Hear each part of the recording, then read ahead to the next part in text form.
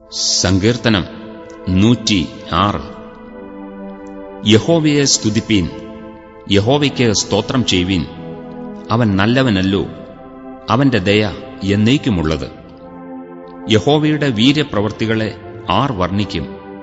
അവന്റെ സ്തുതിയെ ഒക്കെയും ആർ വിവരിക്കും? ന്യായത്തെ പ്രമാണിക്കുന്നവരും എല്ലായ്പ്പോഴും നീതി പ്രവർത്തിക്കുന്നവനും ഭാഗ്യവാന്മാർ. യഹോവേ, നീ തെരഞ്ഞെടുത്തവരുടെ നന്മ ഞാൻ കാണേണ്ടതിനും നിന്റെ ജനത്തിന്റെ സന്തോഷത്തിൽ സന്തോഷിക്കേണ്ടതിനും നിന്റെ അവകാശത്തോടുകൂടെ പുകഴേണ്ടതിനും നിന്റെ ജനത്തോടുള്ള കടാക്ഷപ്രകാരം എന്നെ ഓർത്ത് നിന്റെ രക്ഷകൊണ്ട് എന്നെ സന്ദർശിക്കണമേ.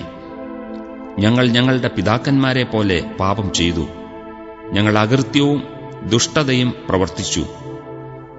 ഞങ്ങളുടെ പിതാക്കന്മാർ മിസ്രയീമിൽ വെച്ച് നിന്റെ അത്ഭുതങ്ങളെ ഗ്രഹിക്കാതെയും നിന്റെ മഹാദയയെ ഓർക്കാതെയും കടൽക്കരയിൽ ചെങ്കടൽക്കരയിൽ വെച്ചു തന്നെ മത്സരിച്ചു. എന്നിട്ടും അവൻ തന്റെ മഹാശക്തി വെളിപ്പെടുത്തേണ്ടതിന് തന്റെ നാമനിമിത്തം അവരെ രക്ഷിച്ചു. അവൻ ചെങ്കടലിനെ ശാസിച്ചു, അത് ഉണങ്ങിപ്പോയി. അവനവരെ മരുഭൂമിയിൽ കൂടി എന്ന പോലെ ആഴിയിൽ കൂടി നടത്തി. അവൻ പകയന്റെ കയ്യിൽ നിന്ന് അവരെ രക്ഷിച്ചു, ശത്രുവിന്റെ കയ്യിൽ നിന്ന് അവരെ വീണ്ടെടുത്തു. വെള്ളം അവരുടെ വൈരികളെ മൂടിക്കളഞ്ഞു, അവരിൽ ഒരുത്തനും ശേഷിച്ചില്ല. അവർ അവന്റെ വചനങ്ങളെ വിശ്വസിച്ചു, അവന് സ്തുതി പാടുകയും ചെയ്തു. എങ്കിലും അവർ വേഗത്തിൽ അവന്റെ പ്രവൃത്തികളെ മറന്നു, അവന്റെ ആലോചനയ്ക്ക് കാത്തിരുന്നതുമില്ല. മരുഭൂമിയിൽ വെച്ച് അവർ ഏറ്റവും മോഹിച്ചു, നിർജ്ജന പ്രദേശത്ത് അവർ ദൈവത്തെ പരീക്ഷിച്ചു. അവർ അപേക്ഷിച്ചത് അവൻ അവർക്ക് കൊടുത്തു, എങ്കിലും അവരുടെ പ്രാണന് ക്ഷയമയച്ചു.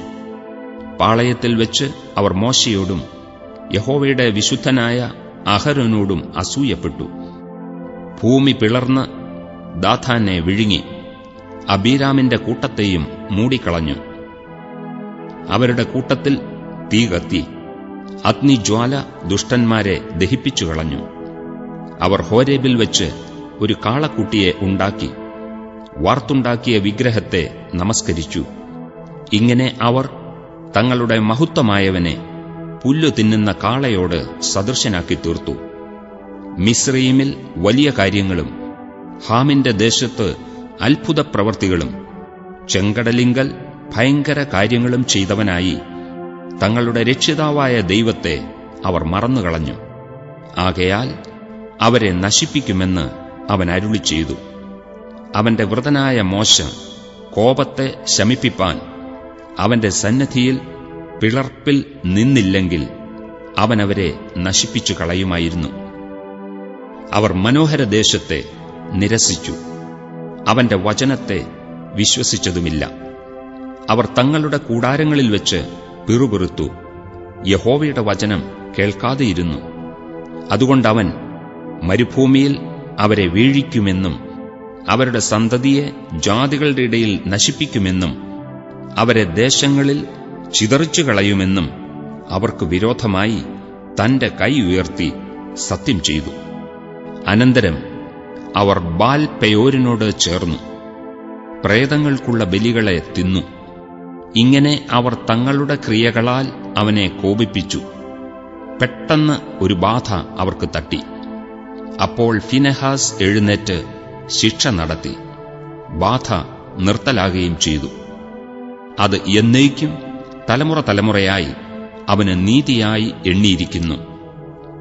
മെരീബ വെള്ളത്തിങ്കലും അവർ അവനെ കോപിപ്പിച്ചു. അവരുടെ നിമിത്തം മോശയ്ക്കും ദോഷം ഭവിച്ചു. അവർ അവന്റെ മനസ്സിനെ കോപിപ്പിച്ചതുകൊണ്ട് അവൻ അധരങ്ങളാൽ അവിവേകം സംസാരിച്ചുപോയി. യഹോവ തങ്ങളോട് നശിപ്പിപ്പാൻ കൽപ്പിച്ചതുപോലെ അവർ ജാതികളെ നശിപ്പിച്ചില്ല. അവർ ജാതികളോട് ഇടകലർന്നു അവരുടെ പ്രവൃത്തികളെ പഠിച്ചു, അവരുടെ വിഗ്രഹങ്ങളെയും സേവിച്ചു. അവ അവർക്കൊരു കണിയായി തീർന്നു. തങ്ങളുടെ പുത്രന്മാരെയും പുത്രിമാരെയും അവർ ഭൂതങ്ങൾക്ക് ബലി കഴിച്ചു.